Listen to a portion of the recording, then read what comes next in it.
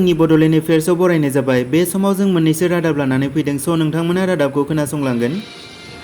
सानथामनि गेजेरावनो जौ सावनानै फाननाय जौनि खाथिफोरखौ बोखारनायनि बिथोन होदों मन्त्रि पीयूष हाजरिका बिथाङा। जौनि खाथि थानाय गासै ओनसोलफोरावनो कभिडजों नारसिनजानायखौ बांनाय नुनो मोन्दों, जेरै सुतिया, बिश्वनाथ सारियाली बायदि जौनि खाथि थानाय ओनसोलफोरनि मानसिफोरनि देहायाव बांसिनै कभिड-19जों नारसिनजानायखौ बारानिफ्राय बारा जालांनायखौ नुनो मोन्दों। दिनै बिश्वनाथआव जानाय कभिडनि सोमोन्दै सावरायनाय सांग्रांथि लाखिनाय फारिलाइनि सभायाव मन्त्रि बिथां पीयूष हाजरिकाआ आयेन बेरेखा जौ फाननाय, जौनि खाथिफोरखौ सिफायनाय एबा फोजोबस्रांनायनि बाथ्राखौ फोसावना होदों आरो बेखौ सानथामनि गेजेरावनो मावफुंनांगौ होननानै बिथाङा अर्डार होदों।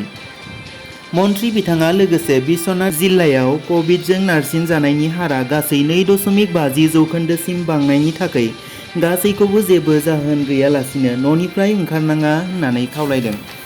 बिश्वनाथ सारियालीआव साधारन नागरिक बादि नुजाथिनानै गासैबो जायगा सोहोरखौ गिदिंनानै बिथाङा फोरमान मोननो हादों दि बांसिन मानसिफ्रानो प्राय फार्मासिफोराव मुलि बायनाय सुबुंनि अनजिमाया गोबांसिन, जायनि थाखाय बिथाङा नंखाय गोनांथि गैयै मुवा बेसाद नागिरना न'निफ्राय बाहेराव ओंखारबोनाङा होनना खावलायबावदों। मणिपुर रायजोनि 17 बोसोर बैसोनि नाम'यजाम नाओबी मिति मुंनि सासे सेंग्राया NDA सुंद'यै नेशनेल डिफेन्स एकाडेमि आनजादखौ फार्स्ट टाइम होनानै पास खालामबाय। बे आनजादाव बिथाङा अल इन्डिया 27 रेंक मोननो हाबाय। चिरां पुलिसआ बे साननैसोनि गेजेरावनो गं 30 बाइकजों लोगोसे साब्रै बाइक सिखावफोरखौबो खानो हाबाय। थांनाय 29 जुनाव गासै गं 36 बाइकखौ बोखांनो हादोंमोन।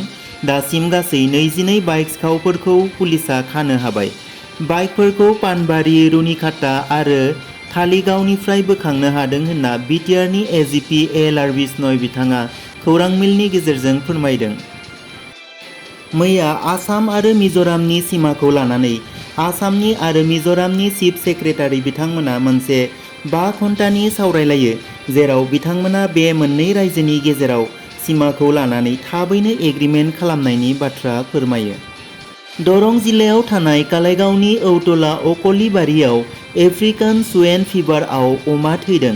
दासिम गासै 132 अमाया बे आफ्रिकान सुवेन फिभारजों थैबाय। दरंआव जुनार फाहामथाय बिफाना आनजाद खालामना मोननायनि उनावनो तीर्थ बर'नि न'निफ्राय अमाफोरखौ बुथारना हा सिङाव फबना दोनो।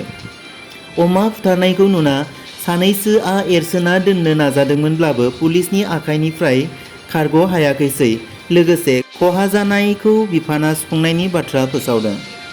दिनै BTCनि गाहाय मावफुं सोद्रोमा प्रमद बर' बिथाङा गसाइगाव महकुमानि सिङाव थानाय फरायसालिमाफोर जेरै गसाइगावनि BEd कलेज आरो गुबुन गुबुन फरायसालिमाफोराव दावबायहैनानै मावथिफोरजों सावरायहैयो आरो गसाइगाव BEd कलेजनि गार्लस हस्टेल गायसननाय हाबाफारियाव बाहागो लाहैयो आरो बुंदों फैगौ 6 दाननि गेजेरावनो भेन्सार फरायसालिमाफोरखौ प्रभिन्सियेलाइज खालामना होगोन होननानै बिथाङा फोरमायदों।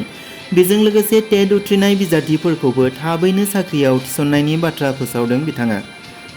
हादोराव मोनसेनि उनाव मोनसे कभिड भेरिएन्ट मोननो हादों। कभिड-19जों जुजिनानै दासिमबो मुलुगाव मानसिफ्रा बेनि नारसिननायनिफ्राय खारग'नो हायाखै। एबार जिका भाइरासआ मानसिनि देहायाव मोननो हादों।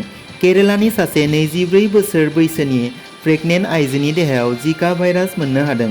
बे बाथ्राखौ सावस्रि बिफाननि मन्त्रि बीना जर्जआ फोरमायदों। लोगोसे तिरुवनन्तपुरमआव सा 13खौ टेस्ट खालामदों बे भाइरासनि सन्देहखौ लानानै।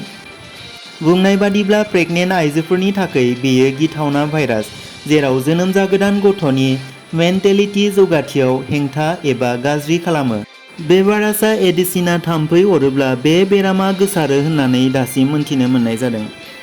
नोंथांमोना जोंनि चेनेलखौ दासिम साबस्क्राइब खालामनानै लायाखैब्ला साबस्क्राइब खालामनानै लानो हागोन, मानोना रादाबजों लोगोसे GK कारेन्ट एफेयार्सफोरखौ नोंथांमोना मोनथिनो हागोन।